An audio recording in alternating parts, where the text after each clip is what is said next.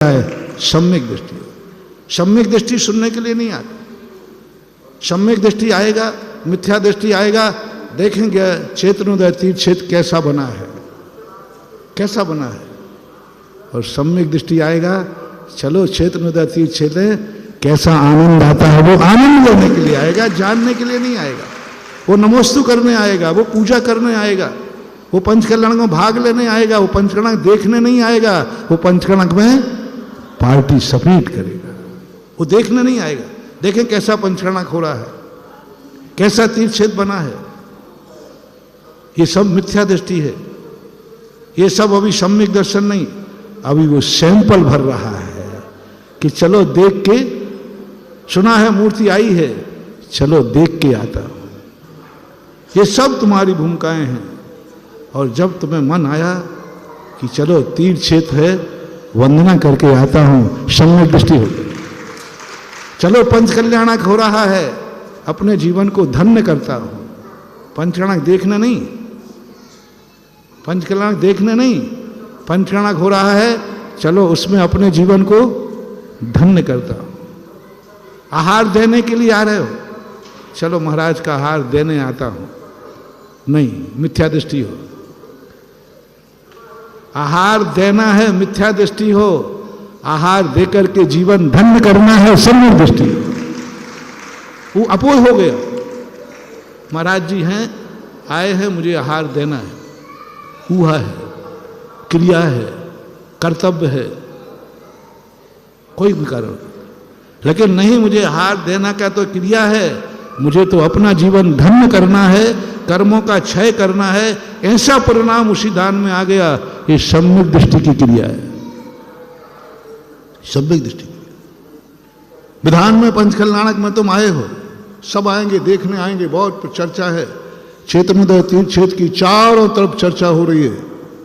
परसों के बाद जो मैंने कहा, उसके बाद तो लोग इतने कह रहे, महाराज जी अब तो मैं जल्दी, वैसे तो आने का मन नहीं था, अब तो मरने के पहले चेतनोदय तीर्थ जरूर देखूंगा, क्योंकि आपने, और बात सही है, जिस चीज को देखकर गुरु का मन पुलकित हो जाए, भक्त तो वैसे ही पुलकित हो जाता है। जिस बात से अपने पूर्वज धन्य हो जाते हैं, उस बात से तो बेटा अपने आप धन्य हो ही जाता है। जब साधु को हर वस्तु प्रभावित नहीं कर पाती, साधु हर वस्तु से प्रभावित नहीं होता,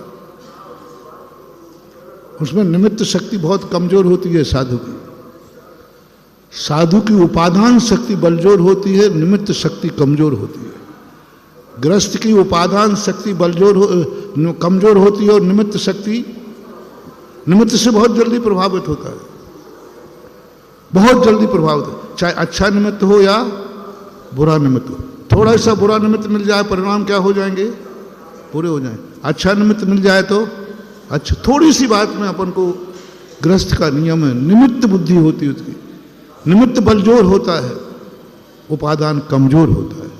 और साधु का निमित्त कमजोर होता है, उपादान बलजोर होता है। कितना भी निमित्त, गालियां देते रहो, सांप डालते रहो, तलवारें मारते रहो, वो प्रभावित ही नहीं होता है, क्योंकि कोई फर्क नहीं पड़ता उसको, क्योंकि निमित्त बुद्धि उसकी कमजोर है।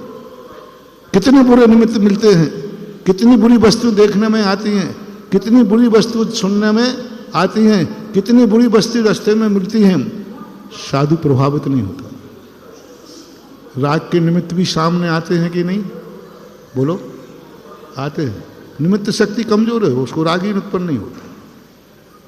रागी आते हैं, परिवार के लोग आएंगे, जन्म देने वाले आएंगे, रिश्तेदार आएंगे, प्रशंसक आएंगे। निमित्त बुद्धि कमजोर है, वो प्रभावित ही नहीं होगा, उसको राग ही उत्पन्न नहीं होगा। ऐसे ही दुश्मन आएंगे, विरोधी आएंगे, उसको जल्दी द्वेष नहीं जागता, क्योंकि उसकी निमित्त शक्ति कमजोर है। और आपकी निमित्त शक्ति, अपना कोई आ जाए तो जल्दी बोल दो ना, अरे महाराज हम तो तुरंत खड़े हो जाए, आओ आगे बैठा लोगे, क्योंकि अपना कोई आ गया, निमित्त ने तुम्हें राग पैदा कर दिया। और दुश्मन आ जाए तो, अरे इसका सम्मान हो रहा है, बैठे बैठे उंगलियां चटकाओगे, बस चले तो मारा तोड़ दूं, और जब निमित्त शक्ति बलजोर होती है तब व्यक्ति को कोई ना कोई अच्छे निमित्त मिलाना पड़ते हैं। जिनकी उपादान शक्ति मजबूत होती है उनको निमित्त नहीं मिलाना पड़ते। हम लोगों को मंदिर की जरूरत नहीं है, हम लोग नमोकार मंत्र को उतना महत्व नहीं देते क्योंकि हमारी उपादान शक्ति मजबूत है, हमें निमित्त प्रभावित नहीं कर पा रहा। इसलिए साधु कभी निमित्त से जल्दी प्रभावित नहीं होता, निमित्त आकर्षित नहीं कर पाते। कोई निमित्त में इतनी सशक्त दम होती है तब साधु भी निमित्त से प्रभावित हो जाता है। और जहां साधु जिस निमित्त से प्रभावित हो जाए समझ लेना चाहिए उस निमित्त में दम है, उस निमित्त में दम है, बहुत दम है। क्यों देखता है चक्रवर्ती जब मिलेज खंड में गया, चक्रवर्ती ने भगवान को नमस्कार किया तो वो सोचता है कि दम है इसमें,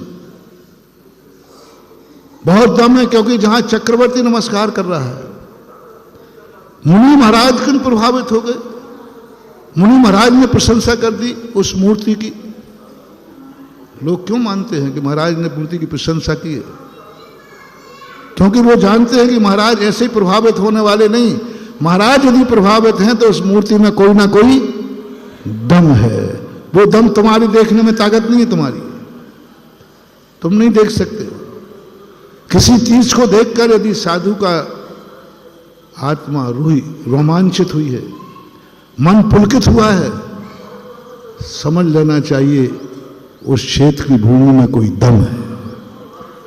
वास्तु ने यह कहा है कि यदि तुम्हें कोई वास्तु याद नहीं होता है, कोई वास्तु नहीं है, आप उस भूमि पर खड़े होइए और आप साधक हैं।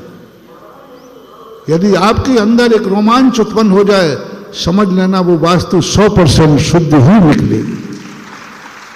और परसों आकर के जो, हालांकि मुझे वेदना तो उस समय भी हुई, संवेदना जब पहली बार आया था 10-15 साल पहले, लेकिन परसों जो यहाँ अनुभूति हुई एक एक कदम पर, एक एक स्थान पर, वो अनुभूति मेरे उपादान को भी झकझोर दिया, मेरी उपादान शक्ति को हिला दिया।